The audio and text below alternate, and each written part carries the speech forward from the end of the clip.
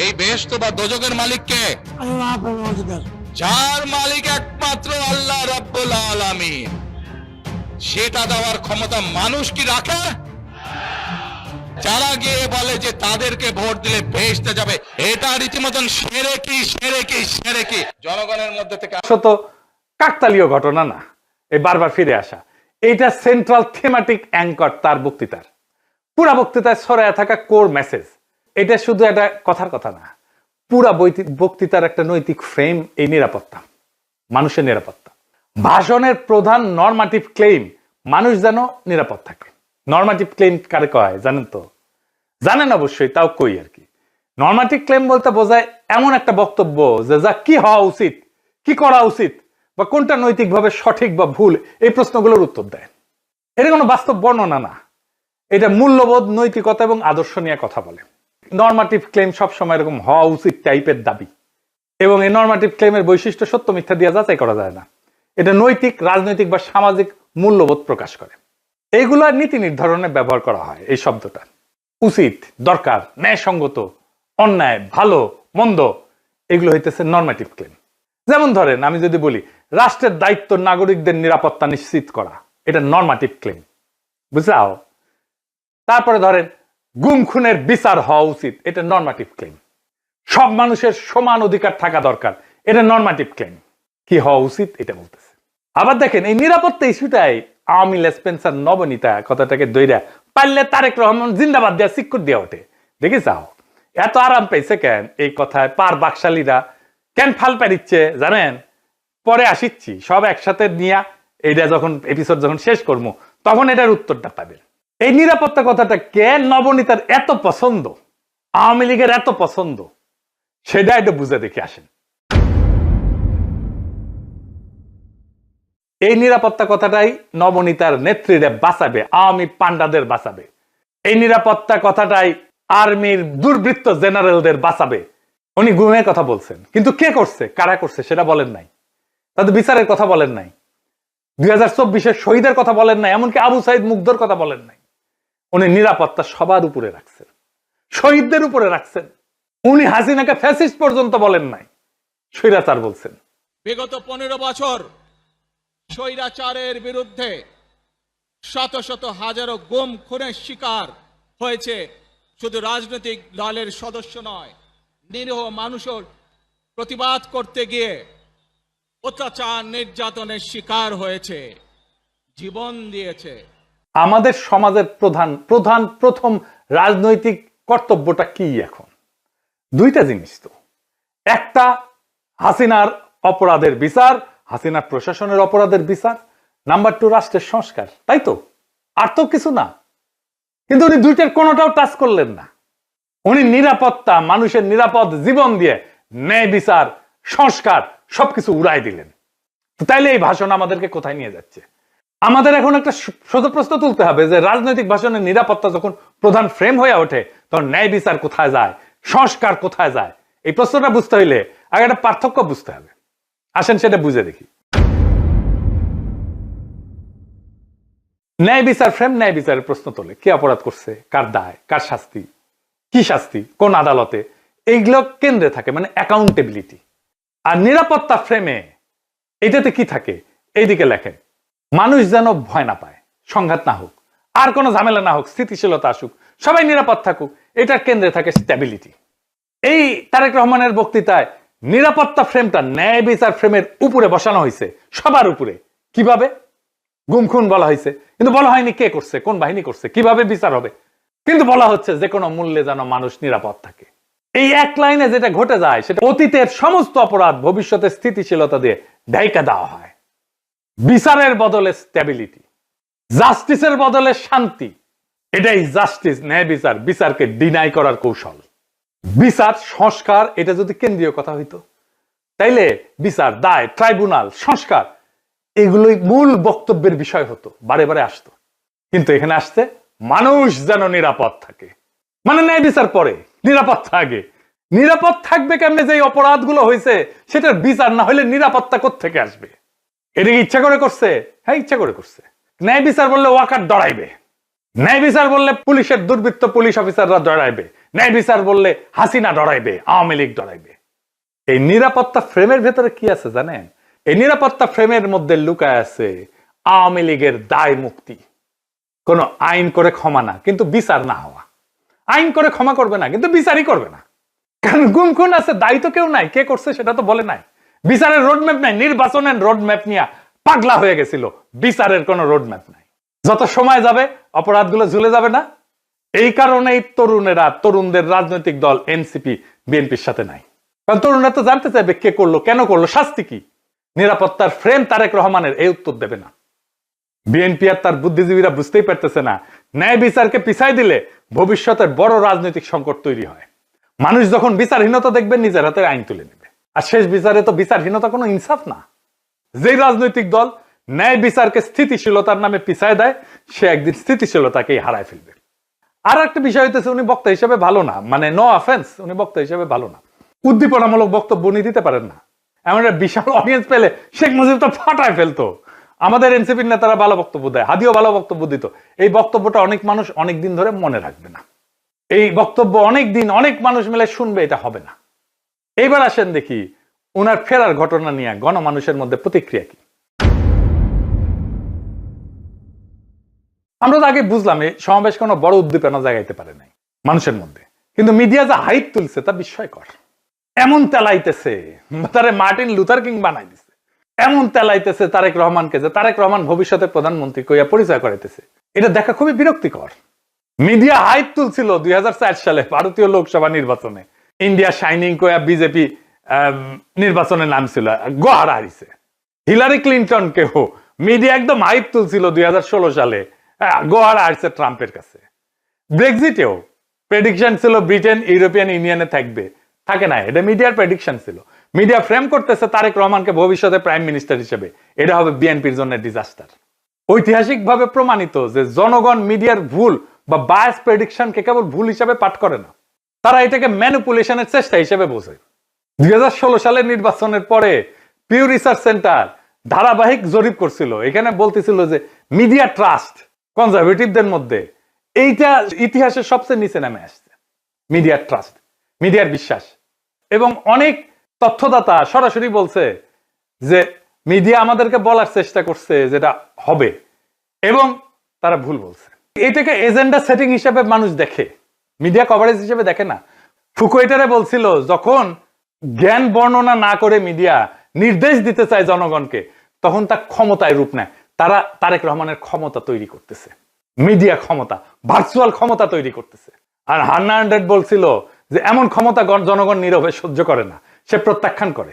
তাই বহু নির্বাচনে আমরা দেখি জনগণ ব্যালট ব্যবহার করে কেবল কোন প্রার্থীর বিরুদ্ধে না, ভবিষ্যতে আগেই লিখে রাখা মিডিয়া ন্যারেটিভের বিরুদ্ধে প্রতিশোধ নেয়।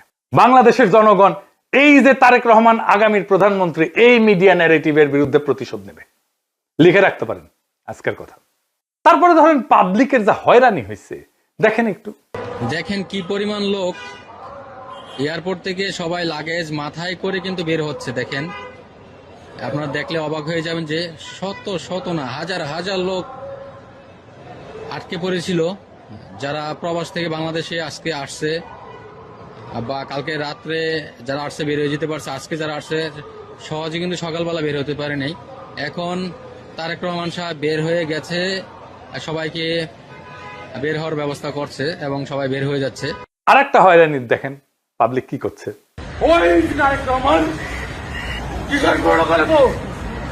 আপনি এগিয়ে যাত্রী কয়টা বাজছেন এখানে?